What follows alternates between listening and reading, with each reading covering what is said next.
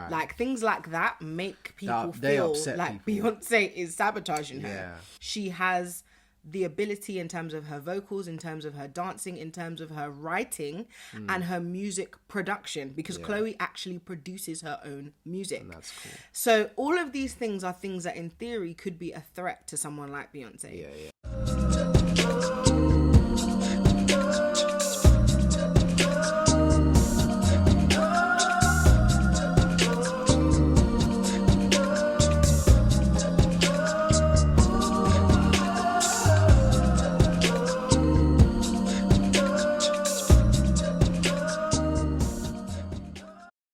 Hey family, welcome back to our channel. We are Velvet Devotion, aka Mr. and Mrs. B. And for anyone who is new to our channel and watching for the first time, we are Christian worship leaders here in our home church in London in the UK. And this channel is all about encouraging artists and helping them to understand the issues that they may face due to their creativity. So, Mrs. B, what are we talking about today? So, a few days ago, we did a topic about being true to who you are, being true to your design as an artist, and not allowing the world to change you. We were talking originally about how certain people are offended by everything now, and they're trying to change everything from literature to the way that we speak to the way that we think. But today we felt that we should do almost like a part 2, because realistically, this is a way more understandable example. So for those of you who don't know, chloebailey, she is a popular singer right now, and essentially she has started off being famous by working with her sister, and she was putting out really good music. And when I say good music, in terms of her originality, the both of them together were very original. They were supposed to be quote unquote Christian. I say quote unquote because obviously you just never know these days, but they had overall a more wholesome image. And essentially the wholesome image that they have is now being almost dashed to the side, because they decided to go their separate ways, even though they're still technically like sisters, they're still a group technically, but they're doing their own solo projects now. And Chloe essentially kind of dashed her wholesome image to the side in order to kind of become one of the generic girls that are out now. She succumbed to the genericism. Yes. She just became like everyone else, essentially. And so what's happened is her original fans they were all up in arms, and she put out her first solo album, and I'm pretty sure she only sold like 10,000 copies in her first week. And it's really sad that her career has taken this kind of trajectory, if that's the word. And what people are kind of feeling is, not only did she decide to make the wrong choice and her career has gone downhill, but then her mentor and the person who I think she signed to is not really even supporting her in the way that I think she probably thought would have happened. And now we have Nicki Minaj, who has just started her own record label, has just signed, I think, one of her first artists, and she has immediately done a collaboration with her. And it's just really sad, because I think even though we're Christian artists, you can clearly see what happens when you decide to forsake your morals and your standards for the world's point of view. Because at the end of the day, when it really comes down to it, a lot of the time, the world and the way that these things go down, especially in the music industry, they really only care about themselves. And it's really sad. And I'm not saying that Beyonce hasn't supported chloebailey, but what I'm saying is, it's amazing how you would think that it would be a certain way, and it just hasn't turned out that way.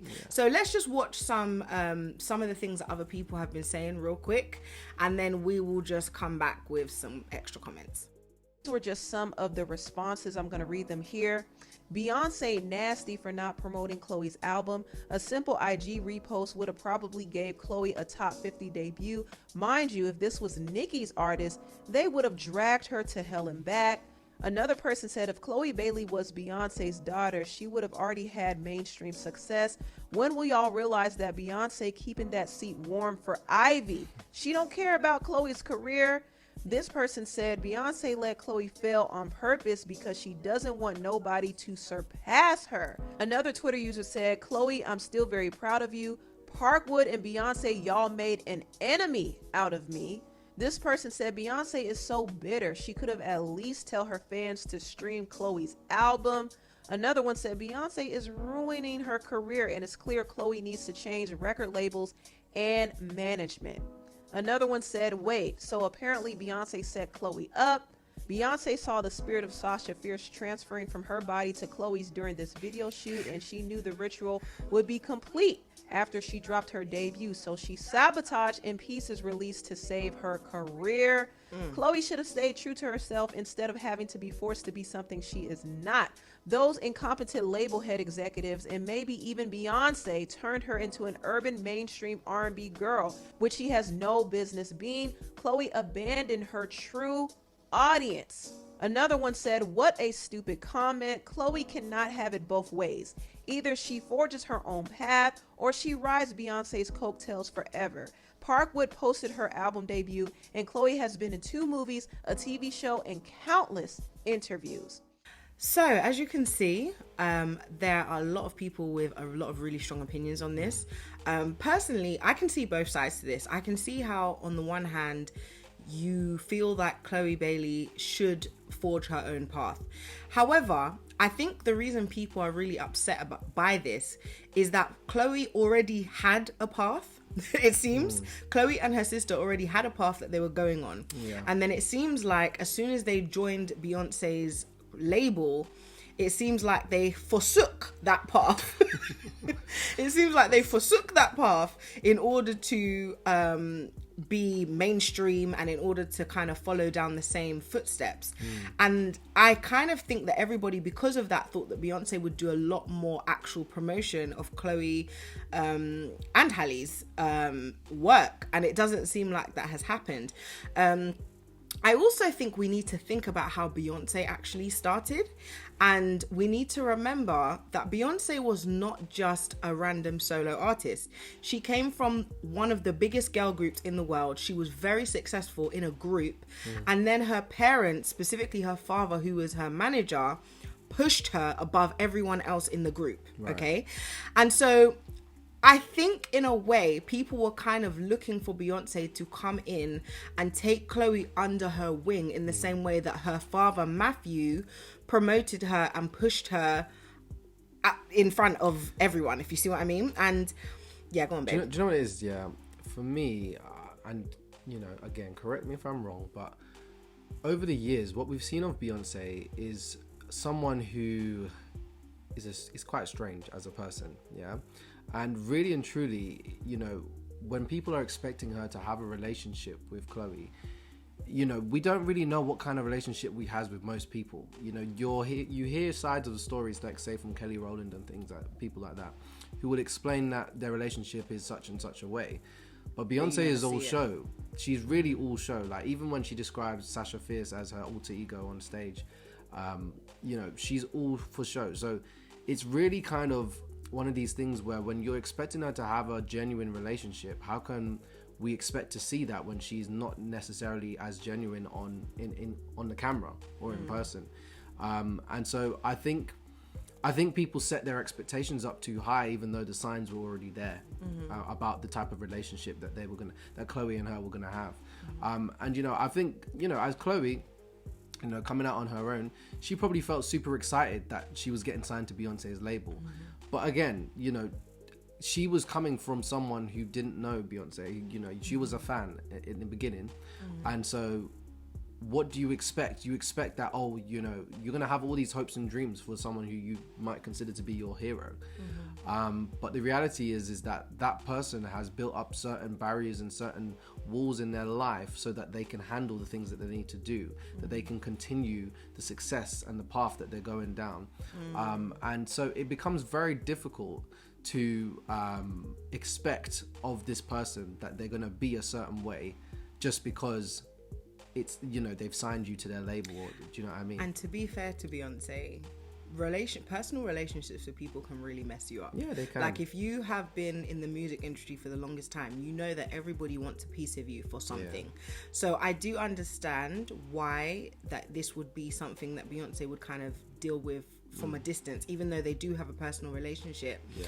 But I think there are certain things as well, like the fact that Chloe did a poll to see which songs her audience wanted to see the most, and then Beyonce said one thing, her audience said another thing, and then Chloe decided to go with what Beyonce said, and then the song didn't do well. Right. Like things like that make people feel like people. Beyonce is sabotaging her. Yeah. And I get that. And if you really think about it, with all due respect, Beyonce will always, be very talented in all these things. But Chloe, in terms of her ability, she has, out of all of the girls right now that are out, I would say that she probably has the most potential to surpass someone like Beyonce, in the sense of she has the ability in terms of her vocals, in terms of her dancing, in terms of her writing and her music production, because Chloe actually produces her own music. And that's cool. So all of these things are things that in theory could be a threat to someone like Beyonce. And to be honest with you, this is just why, as Christian artists, we need to do what God designed us to do, and not try and follow the trends, and not try and forsake what God has told you to do, so that you can be generic like everyone else. And obviously these are not Christian people, but we use these things as examples because people look at people like Beyonce, like chloebailey, and they go, oh, I wish my life could be like this, I wish da-da-da-da. But what you're not realizing is there's an actual cost that comes with living this way. And Chloe has been under severe pressure from people who have been basically saying she's flopping, all of this and that. And when you look at all of these people's lives, they're not actually panning out the way that you might think that they are. And it's so funny to me because Nicki Minaj has been doing what she's been doing for a long time, but if there's one thing you can say that she's smart about, it is the fact that she picks and chooses to collaborate with younger people at certain times. And it's funny because you can't really say that Beyonce doesn't do that, because like she did it with Megan Thee Stallion, she's done it with other people, but for whatever reason she's just not doing it with the girl that's actually signed onto her label.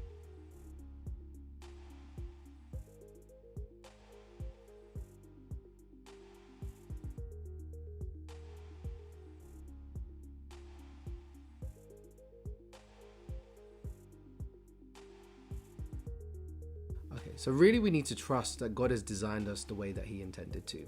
And that design has purpose in that if we continue in it, we will find success, and not necessarily just monetary and fame, but success in that we will do what we need to do successfully.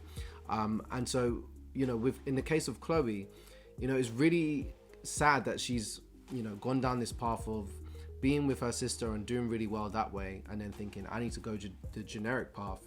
And she's come out and she's over sexualized, and she's doing all the things that all the typical R&B hip hop artists naturally do anyway. And the reality is that at the end of the day, when you look at anyone who's super successful in anything, they've usually got one or two things that make them stand out from the rest, that is unique. They had to build their own path, go their own way. They couldn't just follow in the footsteps of someone else. They made their own path. And even when you look at someone like Beyonce, yes, she broke away from Destiny's Child, but Beyonce was someone that her energy was one of the things that really pushed her above the rest. Because at the time that she was coming out, she could really sing really well, and she could really dance well. She'd have really good choreography, and she had a big machine behind her, which was her label and her promotion and everything like that.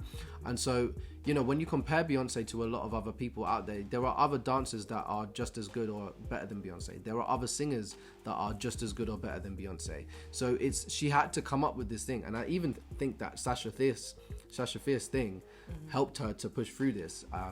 Even though I think that's a little bit questionable, her Sasha Fierce alter ego, but I think it's demonic.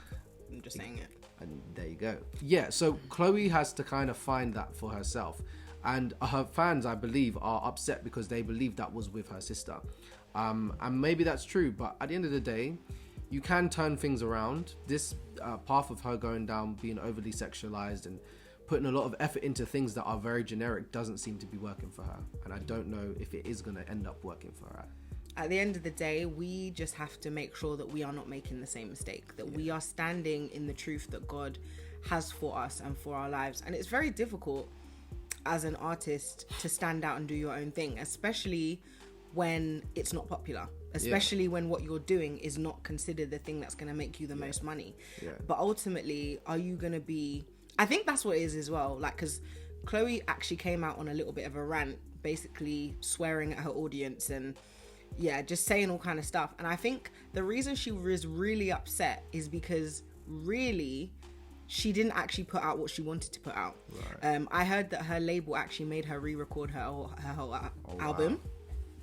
Sorry, I'm tripping up on my words. So when your label has made you re-record your whole album and then it still didn't even work, you feel very frustrated. Whereas when you have put out your own original work and it's what you feel proud of, even if other people don't like it, there's something in you that feels satisfied that you did what you felt like you were supposed to do.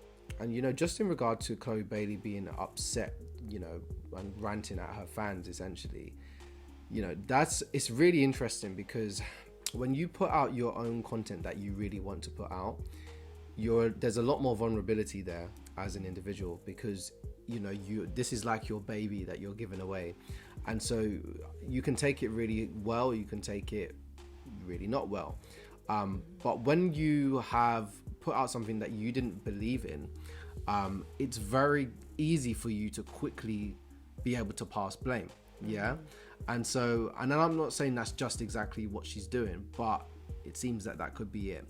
And when you're passing blame, it just makes it easier for you to not take any of the accountability for yourself. And I think that's quite a dangerous path to go down, whether you're an artist or not, just because accountability is the thing that makes you grow. It makes you accept your faults and improve on them. And so when it comes to you accepting whether you have, you know, sold yourself over to genericism or whether you've stayed true to your creative gift, you know, you need to really consider that, if I have done this, these results are because of my own actions, not just because people don't like the music or not just because of da-da-da-da-da. Like, you have to really, you've got to, especially when you're in these public scenarios, you've got to think, you know, 2, 3, 4 steps ahead of the game. You can't be upset when you throw something out there and then it doesn't do what you want it to do. And at the same time, you've got to keep pushing, like, because there's an audience for someone out there. There's an audience for everyone out there. And, you know, don't be upset when it doesn't work out the way you think it's going to work out at the end of the day. But the best way to avoid all of these problems is really just to do what you're designed to do. What God designed you to do as Christian artists is the thing that is going to get you to the place that you need to get to, whether it's in front of an audience, whether it's to even if it's just to appeal to one person and to help them to heal their soul, whatever it is that you need to do. If you do the thing that you were designed to do, you won't go wrong. And can I just give an example of that? Because we are talking a lot about celebrities, but we're talking about anyone who is a creative, artistic person in the way that they are designed. Okay. I just want to give an example. There was a person that I used to work with, and basically this person had created their own shop, and their shop was in healthcare products, essentially, like skincare products and things like that. And I remember there came a point where they decided prematurely to start selling their products without properly testing whether or not their audience actually liked the product. And what I mean by that is they had done some testing. They knew that certain people like certain things, but then the way they were making the product was not consistent every time. And I remember this person essentially getting to a certain point and not being able to move any further. And before this person actually did this, I remember saying to them, don't you think we should wait and get the product perfected and make sure that we're putting out something consistent? Because this was their business, but I was helping them. And basically, they just didn't listen. And then when people didn't want to buy their products and were complaining, they were trying to make an excuse and say, well, people just don't understand. Yeah. And I remember this same person, they were trying to sell a product because they were selling products for men and women. But there was a particular product that was to do with shaving for men. And I remember a man basically saying to this person, one of the things that helps with shaving for men specifically is the foam, and explaining that in terms of the resistance, I mean, you might be able to explain this a little bit better, but basically the foam makes a massive difference in terms of not getting razor bumps, right? And this is a man who has been shaving his whole life, has worked out a product, and bear in mind, who already has products that he uses. So for him to switch the products that he uses to use your product is going to have to be better. And this person then proceeded to try and explain to this man that actually they were brainwashed. Oh, wow. And actually, the foaminess doesn't actually matter. And that really, it's just that they think that it matters when it really doesn't. And what was funny, I remember trying to explain to this person, even if that's true, let's say that they really are brainwashed. If people have been brainwashed to believe something, either you need to focus a whole campaign on helping them to not be brainwashed anymore so they will buy your product, or you need to do something that they actually like that goes along with that brainwashing if you want to sell your product. Whereas if you're trying to bring out a product that just makes no sense to anything that people want, they're not going to buy it. And so I'm only saying that to say that was a perfect example in real life, in everyday scenarios, with somebody who is creative, artistic, amazing. And this was an amazing person. This is not a person who didn't have skill or artistic ability. They were amazing, but they were their own worst enemy, because instead of understanding what people actually wanted and going with it, they were fighting against it. Does that make sense? And you know what, just as a last point, this kind of goes back and touches back on wokeism. That the thing that's going on now is there's a concept that I can put out whatever I want, I can do whatever I want, and you have to accept it. And you have to accept it, and it's gonna be great, and it's gonna be great. And look, we're not trying to put all this on Chloe and whoever, but at the end of the day, as an individual, you really have to consider what it is you're trying to achieve by what it is you're doing, and take responsibility. Take responsibility. Are you going to be okay with that once it happens? And then don't be upset when it doesn't turn out the way you want. Don't be upset when people don't get it. Don't be upset. And at the end of the day, there's always going to be a group of people who aren't going to get what you're going to do, and eventually you will find your audience. However, if there's more than the majority of people are saying one thing, usually there's no smoke without fire. Pay attention. If more than the people are saying that this is a problem, then it's a good thing. You should sit up and listen. So yeah, guys, thank you so much for watching our video. We hope you've enjoyed this video. If you have any comments, just please leave them down below. We love to read them. We would love to get back to everyone. We just can't. We're getting so many comments now. But guys, please subscribe to the channel if you haven't done so already. Please share it, and please tell someone about our channel. And yeah, let's just grow together so we can share and discuss and create a lovely community. So blessings, guys. Take care.